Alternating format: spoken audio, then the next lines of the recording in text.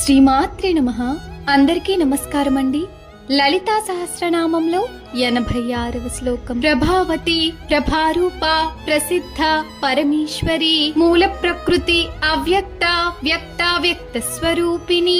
భావం: వెలుగు విరజిమ్ము రూపము గలది, వెలుగుల యొక్క రూపము ప్రకృష్టముగా సిద్ధముగా పరమునకు అధికారిని, అన్ని ప్రకృతులకు మూలమైనది, వ్యక్తము కానిది, వ్యక్తమైన అవ్యక్తమైన అన్నిటి యొక్క స్వరూపముగా నున్నది. ఒక్క క్షణం ఊహించండి. పూర్తిగా చీకటిగా ఉన్న విశ్వంలో ఒక్కసారిగా ఒక దివ్య కాంతి వెలిగింది. ఆ కాంతి నుండే నక్షత్రాలు, గ్రహాలు, జీవం అన్నీ పుట్టాయి.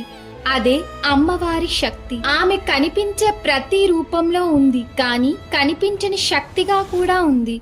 గాలిలా, వెలుగులా, చైతన్యంలా ఈ విశ్వం మొత్తం ఆమె నుండే వెలువడింది. ఆమె సృష్టికి ఆది, సృష్టికి అంతర్యామి. మనం చూసేది మాత్రమే నిజం కాదు, కనిపించని దైవశక్తి కూడా ఈ విశ్వాన్ని నడిపిస్తోంది. మనకు కనిపించకపోయినా మంచి శక్తులు మన జీవితాన్ని నడిపిస్తూనే ఉంటాయి.